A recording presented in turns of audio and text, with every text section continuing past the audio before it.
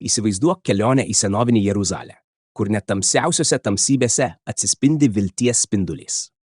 Po Jėzaus Kristaus mirties pasaulis sukrėstas ir sudrebino gamtos bei žmonių pagrindus. Jeruzalės šventyklos užuolaidos buvo įspūdingai persiplėšusios. Tuo metu žemė drebėjo, o iš gelbėtojo, kryžiuje kankinančio savo kančioje, pakabintame kentėjimo metu. Mistiškų įvykių eiga metu Jeruzalės gatvėse pasirodė atgyję šventieji iš kapų, skelbdami amžino gyvenimo viltį. Tuo pat metu mokytiniai beviltiškai stovėjo, keldami sumaištį ir nežinomybę bendruomenėje. Šioje kelionėje atskleidžiame žmogaus ir dieviškosios paslaptį ir patiriame, kaip net tamsiausiose tamsybėse atsispindi vilties spindulis. Ši kelionė šaknis turi tokioje akimirkoje, kuri visam laikui pakeitė žmonijos istoriją. Leisk šiai įspūdingai istorijai tave sužavėti ir apmąstyti begalinės paslaptis ir žmogaus sielos jėgą. Šventyklos užuolaidos skilimas yra įvykis, kuris įvyko Jeruzalės šventykloje Jėzaus Kristaus kryžiaus akimirksniu. Šis nepaprastas įvykis turi gilų alegorinį reikšmę ir neša savyje gilias mistinės tiesas. Senajame testamentų palikime užuolaidą, kuris skyrė šventyklą, stovėjo tarp Mozei Sinau kalne gautų įsakymų skyriaus ir Dievo buvimo skrynios. Ši užuolaida simbolizavo skyrybą tarp žmogaus ir Dievo, nuo nuodėmės sukeltą atskirtį ir atleidimo bei apvalymo neįmanomybę. Tačiau Jėzaus Kristaus mirtis subyrė šią paradigmos. Kai Jėzus kryžiuje kankintas iškvepė savo paskutinį kvapą, žemė drebėjo ir šventyklos užuolaida, skirianti šventyklą, smarkiai perskirto, keistu ir šokiruojančiu būdu. Šis įvykis gali būti interpretuojamas įvairiais būdais. Pirma, jis simbolizuoja anksčiau egzistavusios atskirties tarp žmogaus ir Dievo pabaigą. Per Jėzaus kaip aukos avinėlio išliejimą kraują, žmonijos nuodėmės buvo sutaikytos ir kelią atvėrė tiesioginiai žmonių ir Dievo sąsajai bei išgelbėjimui. Antra, tai yra dieviško atleidimo ir malonės pasireiškimas. Užuolaidos skilimas rodo, kad Dievo buvimas ir šventyklos šventieji nebeturi būti nepasiekiami žmogui. Per Jėzaus Kristaus kraują pasirašyta nauja sutartis atvėrė kelio žmonėms, kad drąsiai artėtų prie Dievo. Galų gale, šis svarbus įvykis žymi senojo tvarkos pabaigą. Šventyklos užuolaidos skilimas rodo, kad senieji testamentai ir apeigos jau neturi reikšmės ir atėjo naujos sutarties laikas. Jėzaus Kristaus auka viršijo visas ankstesnės aukas ir dovanojo viltį į amžiną gyvenimą tiems, kurie tiki jį. Taigi šventyklos užuolaidos skilimas nebuvo tik fizinis reiškinis, bet ir mistinis bei giluminis įvykis, kuris viso pasaulio gyventojams praneša apie amžino gyvenimo galimybę ir susitaikymą tarp Dievo ir žmogaus. Žemės drebėjimas buvo kosminis sukrėtimas, kilęs iš žemės gelmių, kad tiesiogiai sureaguotų į visatos dramatiškiausią įvykį – Jėzaus Kristaus, žmonijos gelbėtojo, kryžiaus mirtį. Šis žemės drebėjimas ne tik palietė geologijos dėsnius, bet ir buvo išraiška kosmoso gilesniam tvarkui, žmogiškojo buvimo paslaptims bei dieviško pykčio ir gailestingumo gelmėms. Žemės drebėjimas sukeltė šventųjų vietų akmenis, prabudino uolienas, miegančias kalnų paslėptose gelmėse ir sukrito žmonių po kojomis. Pati visata sumišusi šioje akimirkoje ir gamta beveik pajuto skausmą dėl kryžiuje kankinto Jėzaus Kristaus. Šis kosminis atsakas turėjo kelis prasmės sluoksnius. Pirma, šis žemės drebėjimas buvo tikra žemiško kraštovaizdžio reakcija į didžiausią žmonijos įvykį. Tokie milžiniški gamtos reiškiniai tradiciškai buvo laikomi dieviško pykčio ir bauginimo požymiais. Tačiau šiuo atveju žemės drebėjimas tapo šventu ir šlovingu permainos, išgelbėjimo atnaujinimo pranašu. Antra, šis žemės drebėjimas yra mistinis ženklas, atskleidžiantis gilų ryšį tarp žmogaus ir gamtos. Žmonės ir gamta abu kentėjo dėl Jėzaus Kristaus mirties, tai atkreipia dėmesį į žmogiškų nuodėmių svorį ir trapų sąsają tarp žmogaus ir kūrinių.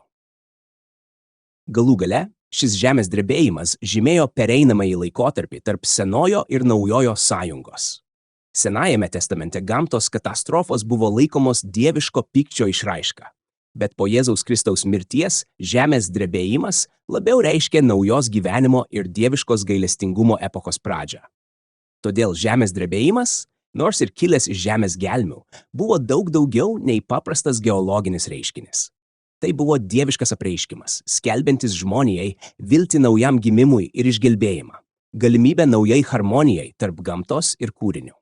Prisikėlimo šventųjų pasirodymas buvo stebuklingas reiškinis, kurio metu po Jėzaus Kristaus kryžiaus mirties Jeruzalėje daugeliui žmonių pasirodė iš kapų prisikėlę šventieji.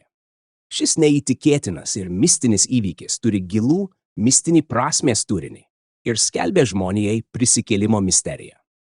Evangelijose paminėta, kad Jėzaus Kristaus kryžiaus mirties akimirksniu daugelis kapų atsivėrė Jeruzalėje ir iš kapų prisikėlę šventieji pasirodė daugeliui žmonių.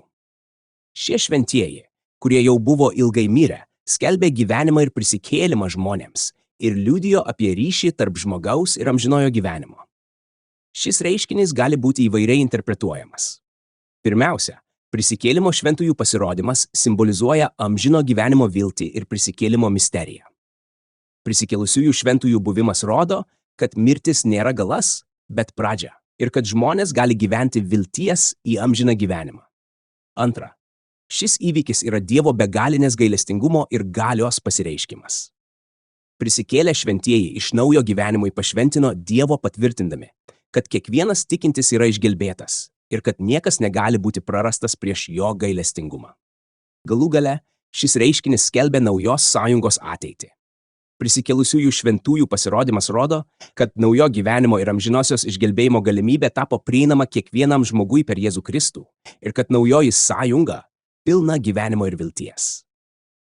Taigi prisikėlimo šventųjų pasirodymas nebuvo tik mistinis reiškinys, bet ir Dievo apreiškimas, skelbiantis žmonijai viltį į amžiną gyvenimą ir prisikėlimo misteriją. Šis įvykis įrodo, kad su Dievo milžiniška ir begalinė gailestingumu niekas negali būti prarastas ir kad naujoji sąjunga siūlo gyvenimą ir viltį kiekvienam žmogui. Mokinių niūrumas ir sumaištis, atsiradusi tuoj po Jėzaus Kristaus kryžiaus mirties, reiškia iškilusią sujudimą ir emocinį kalnų ir slėnių pervežimą tarp mokinių. Ši reakcija buvo giliai žmogiška ir daug daugiau nei paprasta liūdesio ar nusivylimas. Tai buvo skausmo ir nežinios išsiveržimas iš jų širdise.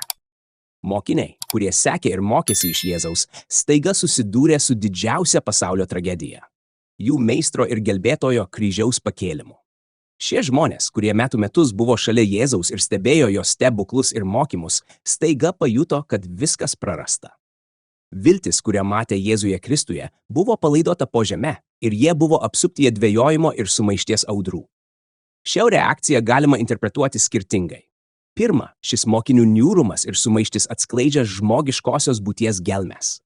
Net tie, kurie buvo tiesiogiai arti Jėzaus, nebuvo pasiruošę taip staigiai ir tragiškai jį prarasti.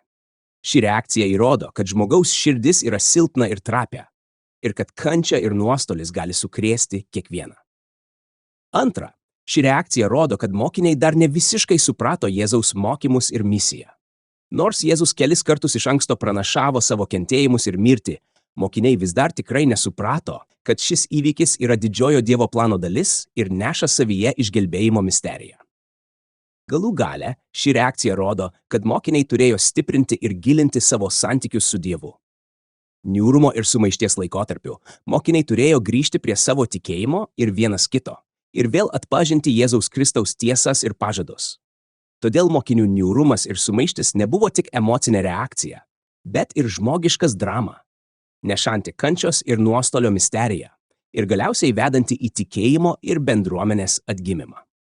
Šis įvykis parodė, kad žmogaus širdis yra trapia ir pažeidžiama, bet tikėjimo ir bendruomenės jėga žmogus gali įveikti net pačią giliausią tamsą. Romėnų karys, kuris prižiūrėjo nukryžiavimą, suprato, kad Jėzų nužudė nekaltai.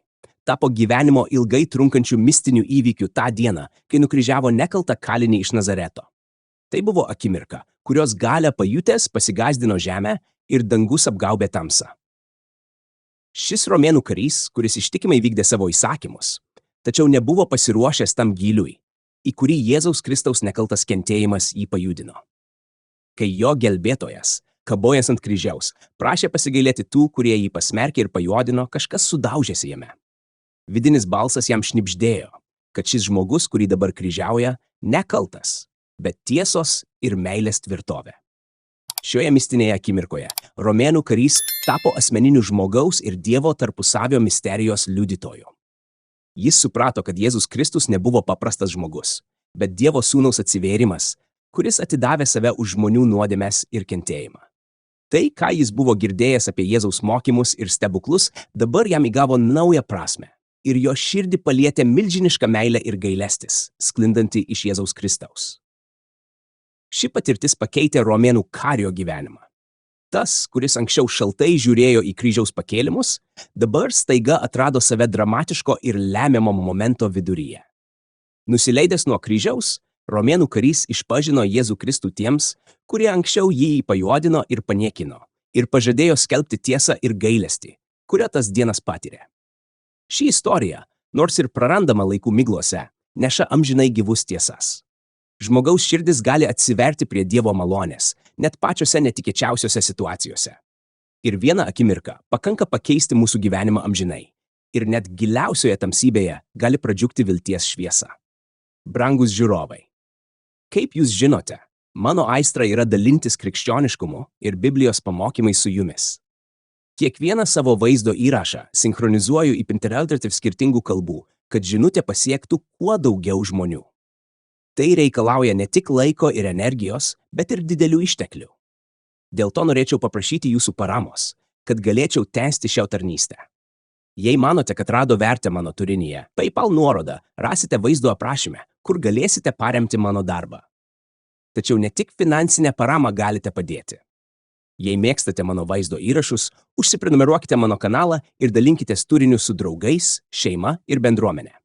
Kuo daugiau mūsų yra, tuo stipresnė mūsų bendruomenė ir tuo daugiau žmonių galėsime pasiekti su žinute.